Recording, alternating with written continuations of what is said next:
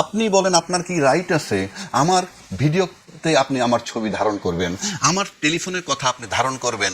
এই যে ধারণ করছেন করার পর এই যে ধারণটা যে করলো সেটা আমি আইনগতভাবে বলছি it is a criminal offence. নতুন প্রশ্ন সেটা হচ্ছে যে, আলোচিত বিষয় যদিও জামায়াতের এমপি গাজী নজরুল ইসলামকে বহিষ্কার করার পর ইসিকে এবং স্পিকারকে জামায়াতের পক্ষে চিঠি দেওয়া হয়েছে বিশেষ ব্যবস্থা নেওয়ার জন্য। কিন্তু আমার যে প্রশ্ন সে প্রশ্ন হচ্ছে তার যে একটা ভিডিও ভাইরাল হয়েছে এবং ইদানিং তাকে বহিষ্কার করার পর নতুন নতুন ভিডিও আবার নতুন করে আসছে, যেখানে বলা হচ্ছে মগবাজারে বিষয়ক ভিডিওগুলো মগবাজারের আশেপাশের হতে।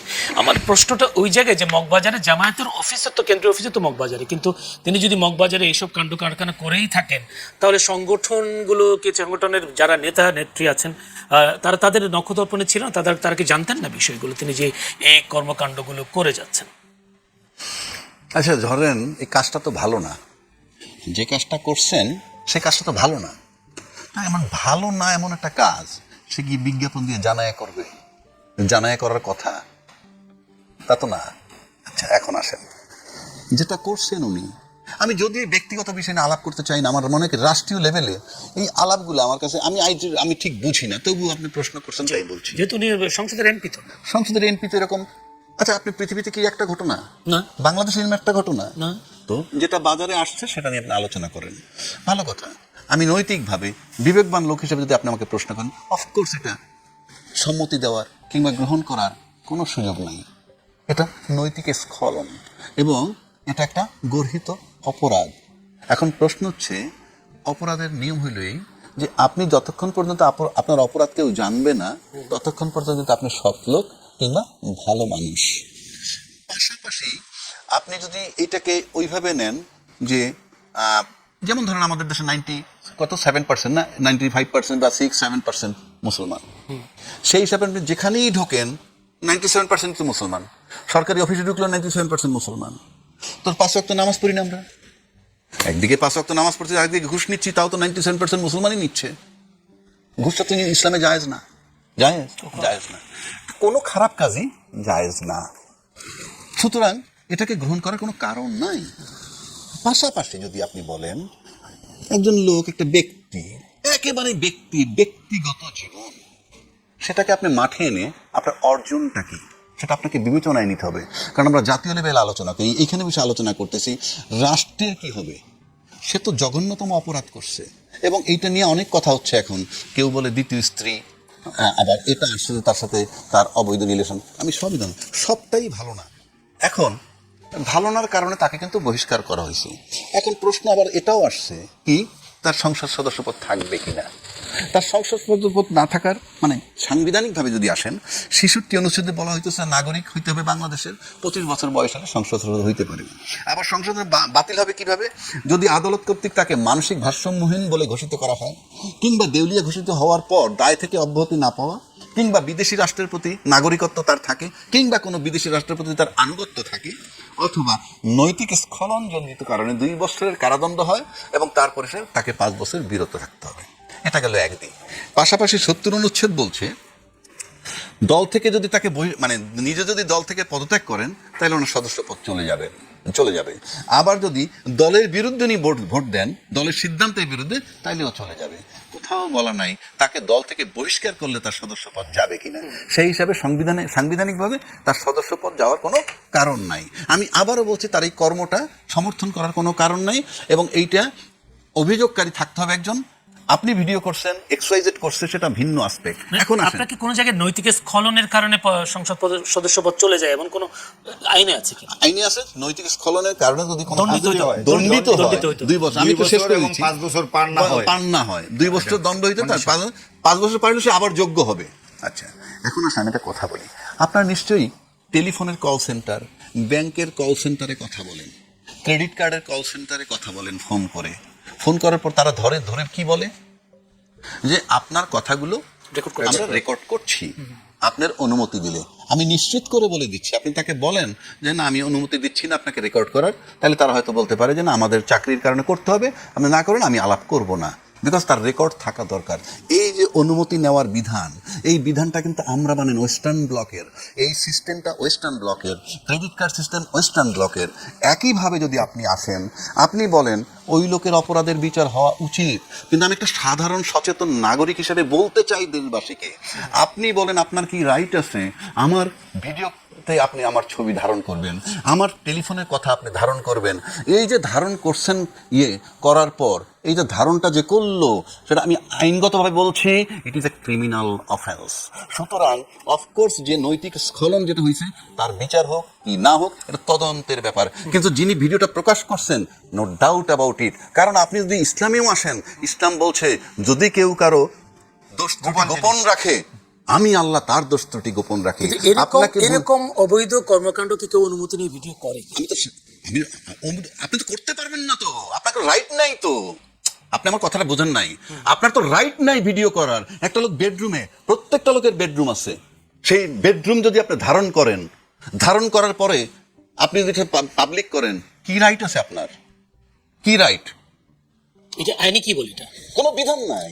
আপনি দেখেন লেখা আছে নানান জায়গায় এই জায়গাটা কিন্তু সিসি ফুটেজের সার্ভিলেন্সের অধীন, কিংবা লেখা থাকে সিসি ফুটেজ এখানে অধীন, এইভাবে লেখা থাকে। আমরা কি সেটা মেনটেন করি? আপনি দেখেন তো বহির্বিশ্বে কার কোনটা টেলিফোন ফাঁস হয়, কি আপনাকে পারমিশন নিতে হবে, বিধান।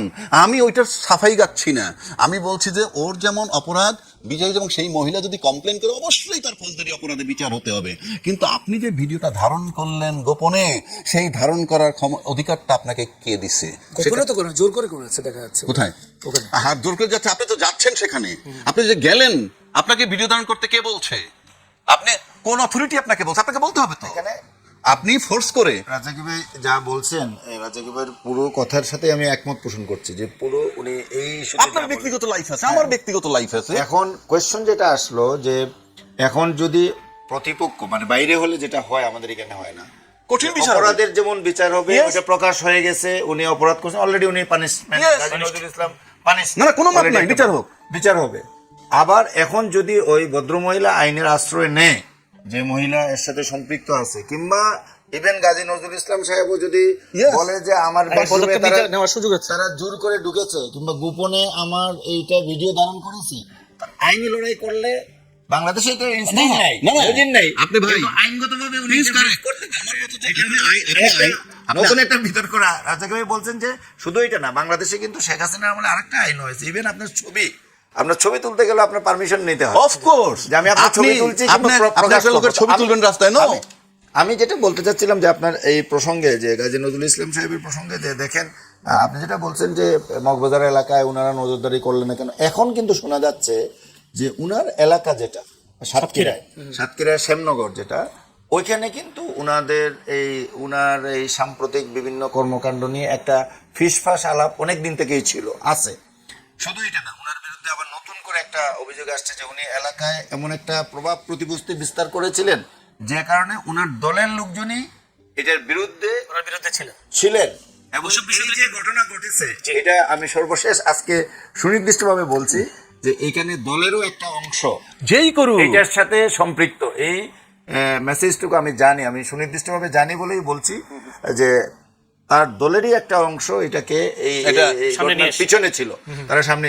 এটা কথাটা কেন বলছি যে দেখেন, আপনি একটা অপরাধ করছেন, এটাকে প্রশ্রয় দিচ্ছেন এবং তারে আবার ট্র্যাপ করে এটাকে আবার সামনে নিয়ে আসছেন, যেই করুক। তো এটা যেমন অপরাধ হয়েছে গাজী নজরুল ইসলাম, এবং এর ব্যাপারে যেটা বলছেন যে ওনার সংসদ সদস্য যাওয়ার সুযোগ নেই।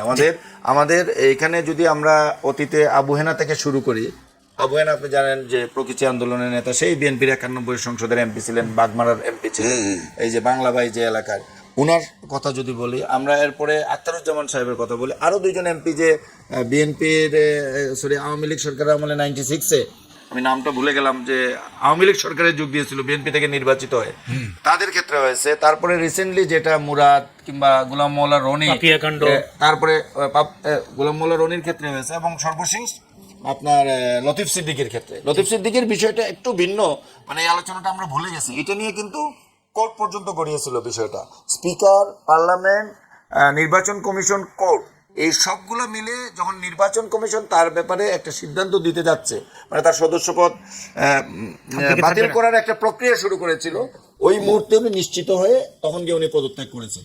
সুতরাং আইনে নর্মাল ইয়েতে নেই, কিন্তু লতিফ সিদ্দিকীর কেসটা বিবেচনা করলে দেখা যায় যে বিচার আচার কোর্ট কাছারি হলে এটা হয়তো ডিফারেন্ট রেজাল্ট আসতে পারে। কিন্তু জামাত যেটা করেছে তারা ইলেকশন কমিশন এবং ইয়েকে জানিয়ে দিয়েছে, স্পিকারকে জানিয়ে দিয়েছে, কিন্তু সংবিধান অনুযায়ী সরাসরি তার সদস্যপদ বাতিল করে দেওয়ার কোনো স্কোপ। যে আমি এই একটা প্রশ্ন, জামায়াত যে কাজটা করেছে বহিষ্কার এবং সেই সাথে স্পিকার এবং ইসিকে চিঠি দেওয়া, এটা কি অন্যান্য দলের জন্য একটি এক্সাম্পল হলো নাকি অন্যান্য দলকে চ্যালেঞ্জের মুখে ফেলে দিলেন? অবশ্যই অন্যান্য দল এতে চ্যালেঞ্জের মুখে পড়ছে। জামায়াত দ্রুততার সাথে, আমি বলবো এটাকে তাদেরকে অবশ্যই ধন্যবাদ দিতে হয় যে তারা দ্রুততার সাথে এই বিষয়টা মানে কংগ্রেজেন্সে নিছে এবং ইমার্জেন্সি মিটিং ডেকে তারা তারকে বহিষ্কার করেছে এবং এটা সংসদ স্পিকার এবং নির্বাচন কমিশনকে জানিয়ে দিয়েছে। একটা দলের পক্ষে এর বাইরে তো কিছু করার নেই। আপনি করতে পারেন, জামাতের সমালোচনা করতে পারেন যে আপনার দলের এই 5 বারের এমপি এত পুরানো প্রবীণ নেতা, তার যদি নৈতিক অবস্থা এমন হয় তাইলে এটা দলের রিফ্লেকশন। এই সমালোচনা কিন্তু পলিটিক্যালি হবে, সাধারণ জনগণের পাশ থেকে হবে, এটা কিন্তু জামাতকে ফেস করতে হবে।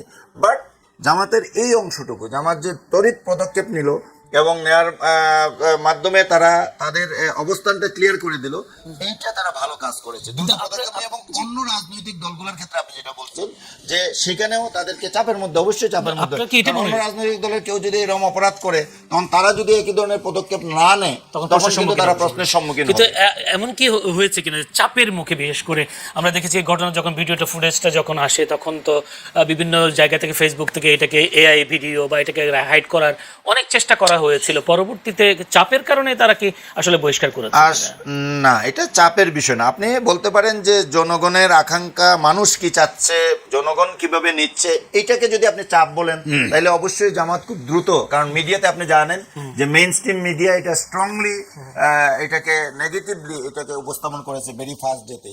এবং শুধু তাই নয়, আমি যদি আমার পত্রিকার কথাও বলি, আমার দেশে আমরা কাজীর একটা ইন্টারভিউ নিয়েছিলাম এবং যেটা বেশ চাঞ্চল্য, উনি এক পর্যায়ে ইন্টারভিউতে স্বীকার করেছেন টেলিফোনিক কনভারসেশনে যে ওই দিনই মানে মঙ্গলবার, সোমবারে ঘটনা ঘটছে, ওই দিন রাত্রেই তার কাছে টেলিফোন করেছেন গাজী নজরুল ইসলাম সাহেব এবং টেলিফোন করে কিছু ইনফরমেশন দিয়েছেন যে এইভাবে একটা কাবিন রেডি করে, এবং পরের দিন ওই কাবিন সই হয়েছে। মানে যেদিন আমরা কথা বলছিলাম উনি সেই দিন রাত্রেবেলা বলছেন যে আজকে সকালবেলা এটা সই হয়েছে। তাতে বোঝাই যায় যে যখন ঘটনাটা ভাইরাল হয়ে গেছে তখন তারপরে কাবিন সই হয়েছে।